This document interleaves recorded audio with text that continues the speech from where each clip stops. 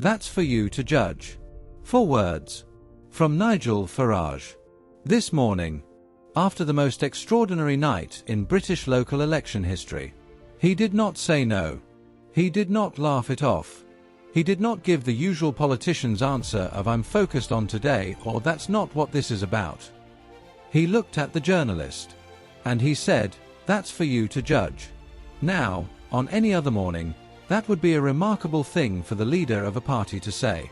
But this morning, after what happened last night, after Reform gained over 1,000 council seats, after Labour lost 900, after Reform took control of Essex, Suffolk, Sunderland, Havering and Newcastle-under-Lyme, on this morning, those 4 words are the most significant thing any British politician has said in years. Because here is the thing I need you to understand. And I need you to stay with me, because what I'm about to show you goes so much deeper than just a local election result. There is a number, one specific number that came out of last night, a number that the mainstream media is not talking about properly, a number that, when you hear it, changes everything you thought you knew about British politics. I'll get to that number. But first, you need to understand the full, extraordinary story of what Farage did last night. And what he said this morning. Because it was unlike anything we have ever seen from him before. Let's start with what actually happened last night. Because the scale of it needs to be understood before anything else makes sense. Reform UK, the party that had just 3 council seats 12 months ago, gained over 1,000 seats last night. In one night, going from 3 to over 1,000. Labour lost over 900 seats. Lost control of almost 30 councils. Lost Westminster. Lost Essex. Lost Sunderland, a Labour town for generations. Lost Wigan, where Reform won 24 of 25 seats. Lost Hartlepool, where Reform won every single seat on offer. The Conservatives lost nearly 300 seats. Lost Essex, their own leader Kemi Badenoch's local authority, to Reform. And Reform took control of at least 5 councils. Essex, Suffolk, Havering, Reform's first ever London borough. Newcastle-under-Lyme, Sunderland. But here is what makes this result genuinely historic, and genuinely different from anything that has happened before in British politics. This is not just a protest vote. This is not just anti-government sentiment. This is a fundamental realignment of British politics. And last night, for the first time, that realignment became impossible to deny. Professor John Curtice, Britain's most respected electoral analyst, said this morning that what happened last night represents a seismic shift in British politics. He said the traditional 2-party system, Labour and Conservative, is fracturing in a way we have never seen before. Never seen before. From the man who has studied every British election for 40 years. But the most extraordinary moment of last night, the moment that will be replayed and analysed for years, did not happen at account. It happened in Havering, at 9 o'clock this morning, when Farage stood up and spoke. And what he said, and what he didn't say, is the story of today. Nigel Farage stood in Havering, Reform's first ever London borough, and gave a speech that was unlike any he has given before. He said, "This is a big, big day. Not just for our party, but for a complete reshaping of British politics in every way. Complete reshaping. In every way." He said Reform is now, his exact words, the most national of all parties. Competitive in every part of the country. And here to stay.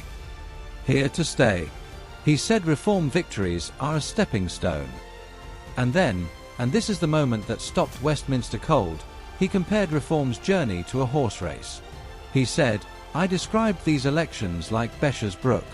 You have to clear Besher's Brook and land well to win the Grand National. But you know what? There are still some more fences to jump." Think about what he just said. Besher's Brook is the most dangerous fence in the Grand National. The fence that ends most runners' chances. He is saying Reform has cleared it.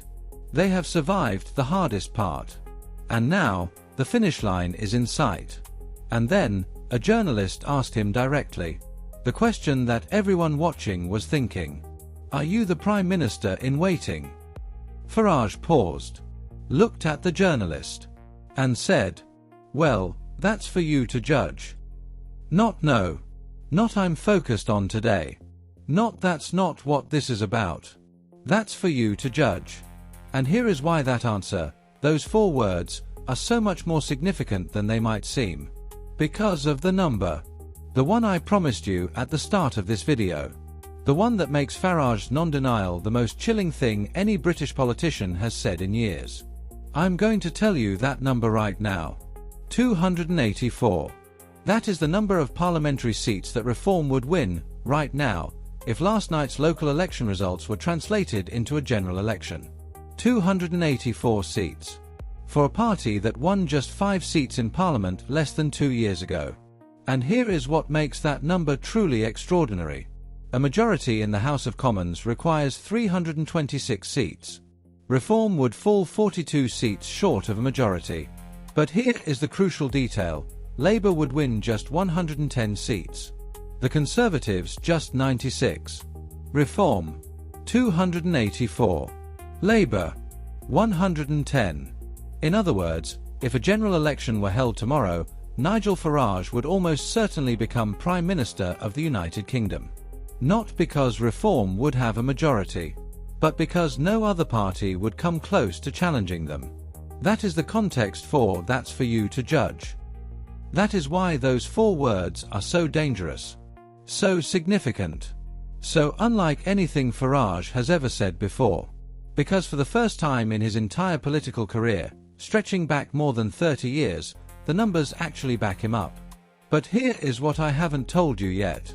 Because there is something else that happened this morning, something that nobody in the mainstream media is covering properly, that makes Farage's position even stronger than those numbers suggest. Stay with me. While Farage was celebrating in Havering, Keir Starmer was doing 2 things simultaneously. First, he was telling journalists he would not resign. He said, "I am not going to walk away and plunge the country into chaos. We were elected to deal with these challenges, and that is what we will do." Not going to walk away. That is his position. Despite 900 seats lost. Despite Labour MPs calling publicly for him to go. Despite his own cabinet minister privately urging him to set a departure timetable before the votes were even counted. And then, in an op-ed for The Guardian, Starmer wrote something that I want you to hear carefully. Because it reveals exactly how out of touch he is with what happened last night. He wrote that Labour's response should not involve tacking right or left. That it means bringing together a broad political movement. That it means unifying rather than dividing. Unifying rather than dividing. Tell that to the people of Wigan, where Reform won 24 of 25 seats. Where Labour lost every single councillor it was defending. In one night. Tell that to the people of Hartlepool, where Reform won every single seat. Where Labour, the party that was supposed to represent working-class communities, was wiped off the map. And tell that to David Lammy, the Deputy Prime Minister, who said on Thursday night, "You don't change the pilot during the flight. You don't change the pilot during the flight." Here is the problem with that argument. The plane is not in flight. The plane is in free fall. And the passengers have already decided they want someone else in the cockpit. And Farage, standing in Havering, 284 projected seats, saying that's for you to judge, knows exactly who those passengers are choosing. So let's answer the question directly. The one Farage refused to answer this morning. Is Nigel Farage the Prime Minister in waiting? Here is the honest answer. Not yet. But closer than anyone, including Farage himself, would have believed possible 12 months ago. The general election is in 2029. 3 years away. A lot can change in 3 years. Reform has no MPs beyond their initial 5. They have never run a national government. They have never had to make difficult decisions about the NHS, about defence, about public finances. The test of governing is completely different from the test of opposing. And there are real questions about whether the people who voted Reform last night, working class communities who are angry about the cost of living, about immigration, about being ignored, will still be there in 3 years if Reform has not delivered. But here is what cannot be argued with. What cannot be spun. What cannot be wished away by Starmer's op-eds or Lammy's metaphors. Last night, in the working class communities of northern England, people who have voted Labour their entire lives made a choice. Not to stay home. Not to protest. To go to a polling station and vote for Nigel Farage's party. That is not a protest. That is a verdict. And Farage, standing in Havering, surrounded by newly elected Reform councillors, knows it. His party knows it. And somewhere inside number 10, Keir Starmer knows it too. That's for you to judge. 4 words. This morning.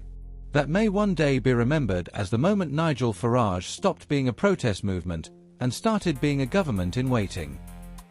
Here is my honest assessment. What happened last night was not just bad for Starmer. It was not just good for Farage. It was something much bigger than both of them. It was British working class communities, communities that have been ignored, talked down to, and taken for granted for decades, finally finding a political home. Whether Reform is the right home for them, whether Farage can actually deliver for those communities, that is the question that the next 3 years will answer. But the verdict of last night is clear. The two-party system that has dominated British politics for over a century is fracturing. And the man standing in the rubble, smiling, celebrating, refusing to deny he is Prime Minister in waiting, is Nigel Farage. Now I want to hear from you. Do you think Farage can actually become Prime Minister in 2029? Yes or no? Drop it in the comments. Because this is the question that British politics is going to be arguing about for the next 3 years. Subscribe now. Because what happens in the next few days, Starmer's response, the Labour leadership crisis, Farage's next move, is going to be extraordinary. And this channel will be here, first with the analysis, first with the story.